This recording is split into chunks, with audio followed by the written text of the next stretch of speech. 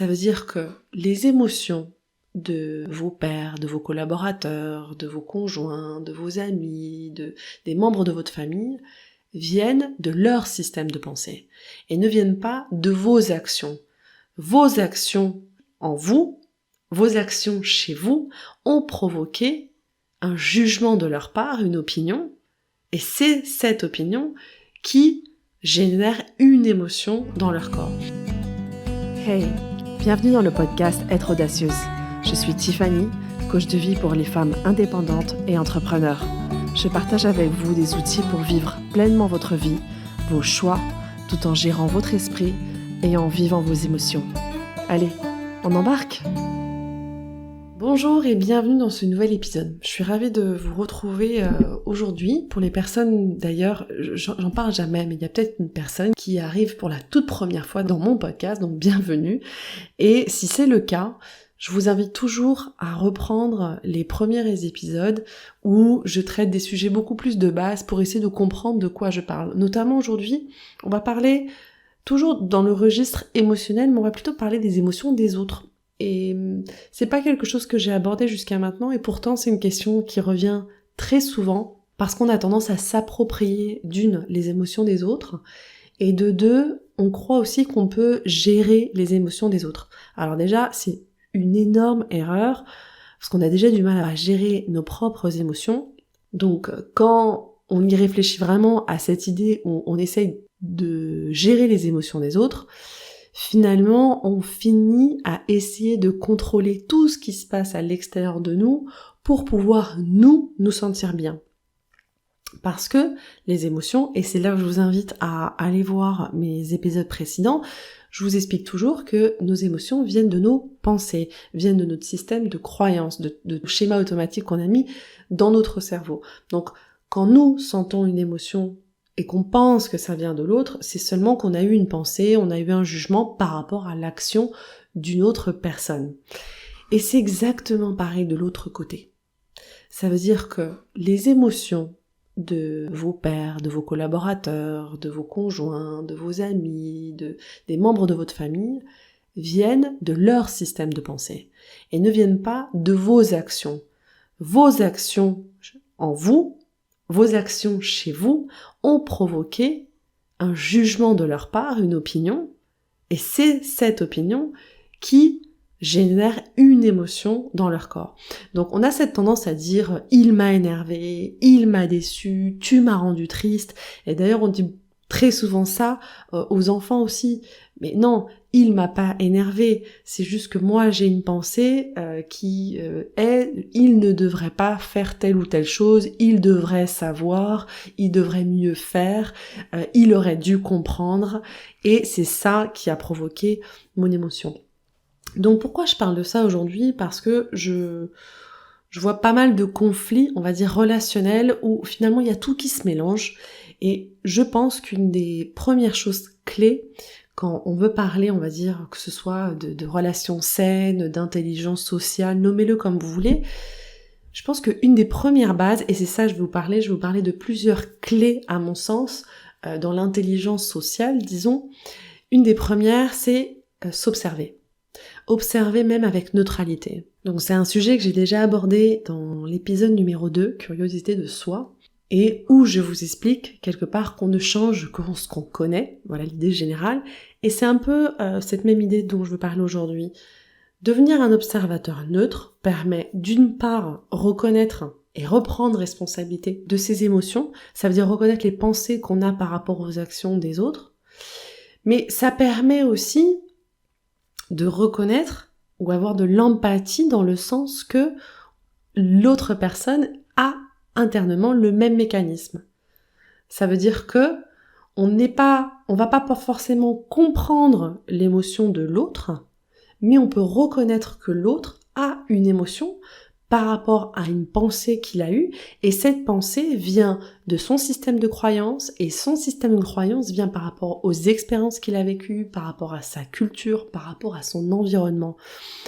Et déjà, en ayant juste cette base, qui est déjà neutre, où on a plat, et on laisse de côté, on va dire, le drame, ça permet de commencer à évaluer les situations et de prendre des décisions qui sont beaucoup plus utiles. Parce que, en règle générale, quand on voit des conflits entre des personnes ou des malentendus, c'est parce que chacun reste dans sa propre histoire et essaie de tirer l'autre dans son histoire parce que chacun pense qu'il a la vérité en soi.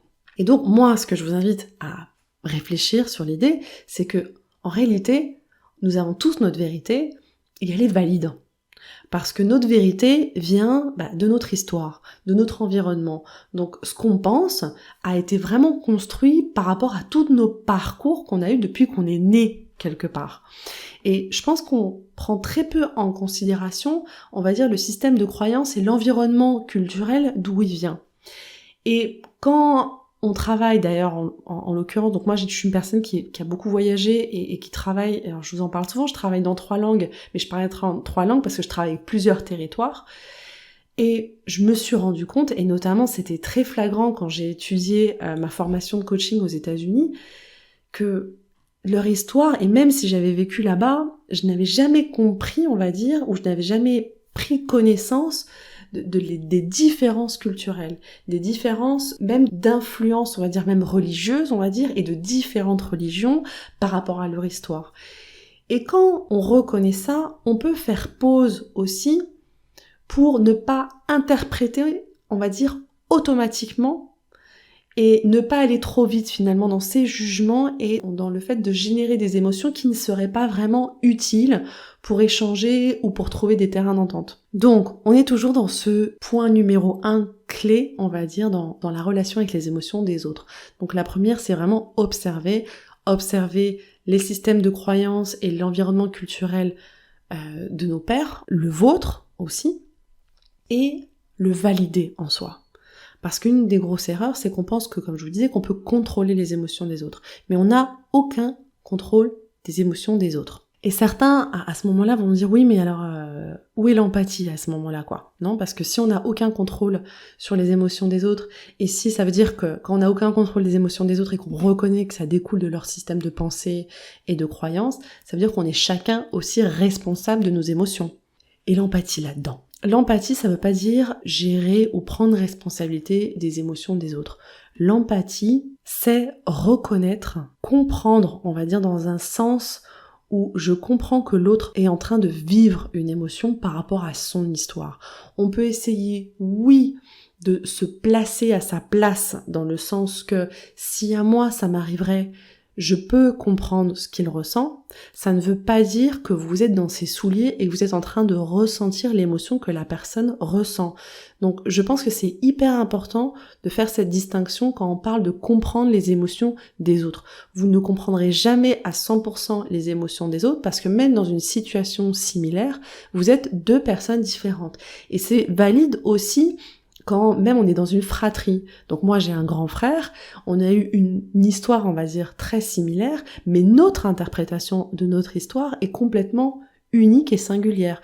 Donc ça veut dire que même si on va avoir peut-être plus de points de rencontre que avec ma voisine, ça ne veut pas dire que moi je vais comprendre son système émotionnel. Et d'autant plus que, on va dire, notre histoire a été commune jusqu'à un certain âge, et après chacun, on va dire, a fait sa route, et son système de croyance et son système de pensée a été complètement influencé par l'environnement qu'il a eu par la suite, et tout comme le mien.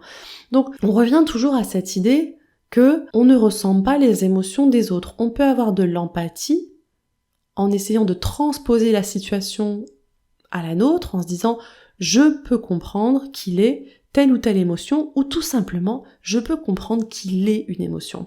Et là, un autre point clé, c'est le valider. Ça veut dire que nos émotions sont complètement valides.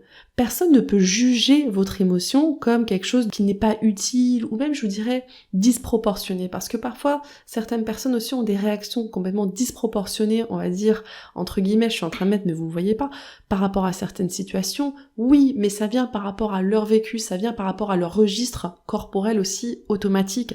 Ils ont enseigné, ou l'histoire a fait que ils ont enseigné à leur corps à réagir de cette façon. Donc on revient toujours au fait que les gens filtrent leur environnement par rapport à leurs histoires. Et d'ailleurs, je fais une parenthèse et je vous invite je fais un petit pont à l'épisode où on a parlé de la semaine dernière, où je vous parlais de vos besoins. Nous avons tous des besoins par rapport aux besoins de nos cerveaux. Et les gens et nous filtrons tous notre environnement avec ces priorités de cerveau. Donc quand je dis on filtre nos environnements, ça veut dire que notre cerveau, nos pensées et donc nos émotions viennent de ces filtres. Donc la clé, une base de l'intelligence sociale, c'est percevoir ça et le respecter. Donc quand on valide les émotions des autres, on est beaucoup plus à même de soit se conduire ou d'essayer de les conduire ou à tous les deux sur du terrain d'entente.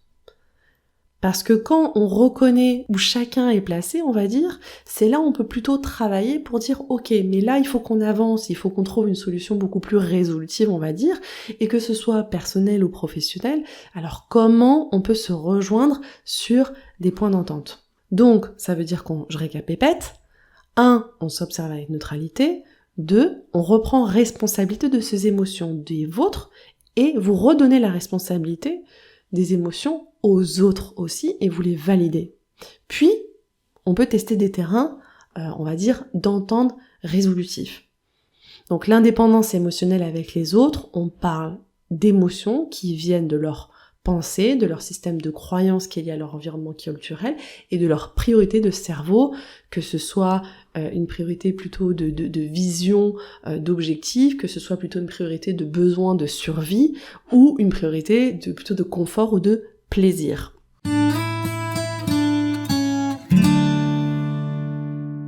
Maintenant, je vais vous faire une petite parenthèse sur le fait que nous sommes aussi des êtres éponges, entre guillemets.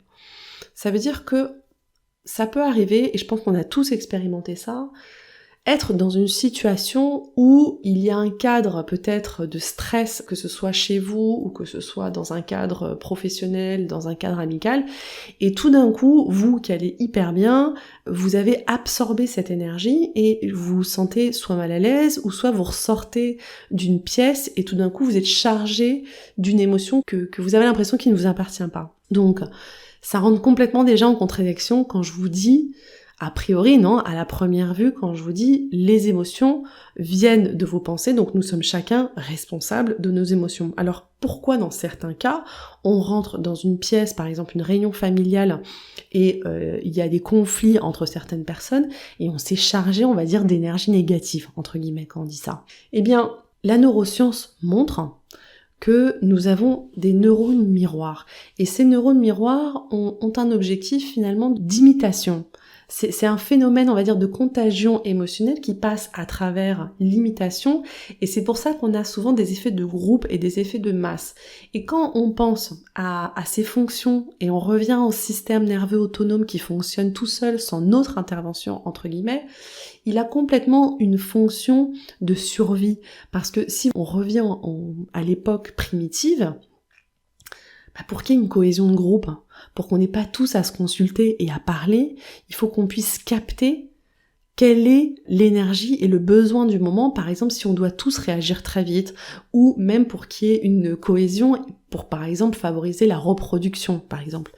Donc déjà, c'est avec ce mécanisme de neurones miroirs, on absorbe quelque part déjà les émotions qui circulent pour pouvoir toujours agir. Rappelez-vous, une émotion est là pour vous mettre en action. Donc on revient toujours à cette fonction de base de l'émotion. Et l'autre chose, c'est que l'émotion, c'est l'information qui va, on va dire, beaucoup plus vite que votre conscience, que vous êtes capable de prendre conscience. Donc cette rapidité aussi du cerveau à interpréter l'environnement dans lequel vous rentrez, parfois, c'est pour ça qu'on a l'impression finalement de subir ces émotions. Parce que lui, peut-être, quand il est rentré dans le salon où il y avait toute la famille et qui était en train de discuter, avant que vous-même vous preniez conscience et que vous choisissiez ou que vous puissiez voir votre pensée par rapport à cette situation, lui, il a lu le langage corporel, peut-être un ton de voix, peut-être il a vu certaines expressions de visage, et avec ça, il a tout de suite envoyé l'information dans votre corps pour que vous puissiez réagir et être en accord avec le groupe, que vous soyez prêt à la situation qui va se préparer. Donc, on a des pensées à ce moment-là sans qu'on les perçoive. Mais même là, ce que je veux vous dire, même quand on a l'impression finalement d'absorber les émotions des autres, parce que ça arrive beaucoup plus vite de la conscience qu'on a de nos pensées, quand vous observez, et on revient au pas numéro 1, vous êtes libre de choisir une pensée et une émotion utile face à cette situation, on va dire, interne d'abord, parce que vous constatez que vous êtes en train de générer peut-être du stress ou de l'inconfort, mais aussi face à cette situation externe. Ça veut dire qu'est-ce que j'ai envie de penser et comment j'ai envie de me sentir dans cette situation. Mais tout ça, c'est facile, on va dire, si on prend le temps et la pause et le recul de s'observer. Alors oui, certains vont me dire, mais attends, on peut pas toujours prendre une pause et s'observer, ça prend du temps et tout. Oui et non, quelque part. Je veux dire, comme toute nouvelle pratique, quand on démarre, oui, ça prend du temps. Parce que comme vous avez enseigné à votre corps à réagir d'une telle ou telle façon, ou justement à vous laisser porter par tous les réflexes automatiques, au début, oui, ça prend, je dirais pas du temps, ça prend de l'énergie parce que vous devez réenseigner votre cerveau. Parce que tous ces mécanismes instinctifs sont plastiques. Et ça, c'est hyper important parce que votre corps a des fonctions complètement automatiques pour pouvoir réagir et bouger face à l'environnement et face à tous les stimulus extérieurs. Mais aussi, vous lui avez enseigné comment réagir face à tous ces stimulus extérieurs. Donc comme vous l'avez fait, vous pouvez aussi, on va dire, déprogrammer et reprogrammer un système qui est beaucoup plus en adéquation avec la personne que vous voulez être face à n'importe quelle situation et face aux relations sociales. Et c'est ça la clé. Donc ça prend du temps, oui et non, ça prend de l'énergie au début jusqu'à que vous ayez installé des chemins neurologiques et après ça redevient un automatisme. Donc, pour résumer l'idée générale de cet épisode, dans vos relations sociales, que ce soit familiales, que ce soit professionnelles, que ce soit de voisinage, observez quelles sont vos pensées par rapport aux actions des autres. Reprenez responsabilité de vos pensées et de vos émotions. Ça veut dire que ça vous donne l'opportunité de choisir intentionnellement ce que vous voulez penser dans chaque situation. Et pourquoi c'est important? Et c'est là où je parle au tout début d'épisode. Les personnes, par exemple, qui nous rejoignent aujourd'hui, revenez dans les épisodes précédents pour essayer de comprendre le mécanisme de pensée. Parce que vos pensées créent vos émotions. Et les émotions sont le moteur de vos actions. Et forcément, tous les résultats de votre vie découlent de ces actions. D'où l'importance de choisir des émotions et des pensées qui sont utiles par rapport à la personne que vous voulez être, par rapport aux résultats que vous voulez obtenir dans telle ou telle situation. Et quand on reprend responsabilité de ces émotions, on peut aussi redonner la responsabilité aux autres de leurs émotions et les valider, parce qu'on comprend que leurs émotions découlent aussi de leur système de pensée, leur système de croyance. Un système de croyance, c'est seulement une pensée que vous avez répétée et répétée et répétée qui est devenue une croyance. C'est tout. Donc quand je parle de système de croyance, c'est aussi pour vous poser la question, est-ce que c'est toujours valide ou non? Peut-être oui. Mais c'est aussi pour vous apporter tout ça un petit peu plus de neutralité et laisser le drame de côté pour pouvoir vraiment voir les situations pour ce qu'elles sont et non à travers vos filtres qui, souvent et parfois en relations sociales, sont assez dramatiques. Donc quand on enlève tout ça et quand on fait le ménage, on peut tester des terrains d'entente qui sont plus résolutifs, on peut tester des terrains d'entente qui sont plus plaisants et surtout plus respectueux. Ça veut dire qu'il n'y a rien de plus beau dans une relation quand on respecte qui vous êtes et quand vous respectez l'autre personne. Ça veut dire que vous l'aimez pour ce qu'elle est et non pour ce que vous voulez qu'elle soit. C'est pas magique ça? Je vous laisse méditer sur cette idée et on se parle la semaine prochaine. Mon podcast vous plaît? Abonnez-vous pour ne manquer aucun épisode. Partagez-le avec vos proches et soutenez-moi en laissant un avis 5 étoiles sur la plateforme que vous utilisez. 1000 merci. Et si vous voulez bénéficier d'un accompagnement, je vous invite à vous rendre sur mon site internet tiffanyminquet.com. Vous pourrez réserver une session gratuite de coaching avec moi mais vous trouverez aussi l'information sur mon programme pour les femmes entrepreneurs qui veulent lever leurs barrières limitantes pour atteindre leurs objectifs. Alors à très bientôt